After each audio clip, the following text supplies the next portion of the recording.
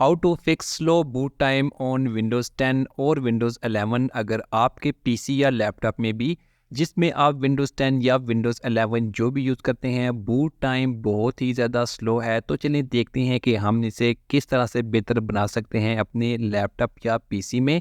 तो चलिए video start करते हैं। बहुत ही ईजी है। आपने क्या करना है कि आपने टास्क बार पर आकर राइट क्लिक करना है और टास्क मैनेजर ओपन करना है। टास्क मैनेजर ओपन करने के बाद आपको लेफ़्ट साइड पर स्टार्टअप ऐप्स का ऑप्शन नज़र आएगा। आपने यहाँ पर क्लिक करके इसे ओपन करना है।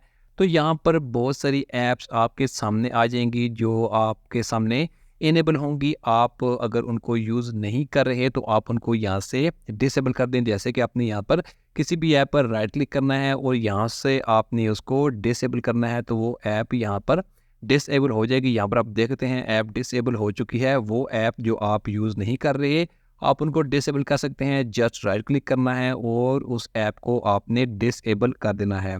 लेकिन एक बात याद रखें, अगर आप यहाँ पर सिक्योरिटी हेल्थ जैसे मेरे सामने हैं, इसके अलावा जो भी इंटेल के ड्राइवर्स वगैरह ऑडियो ड्राइवर जो भी हैं, अगर वो यहाँ पर आपको नज़र आ रहे हैं तो आपने उनको डिसेबल नहीं करना।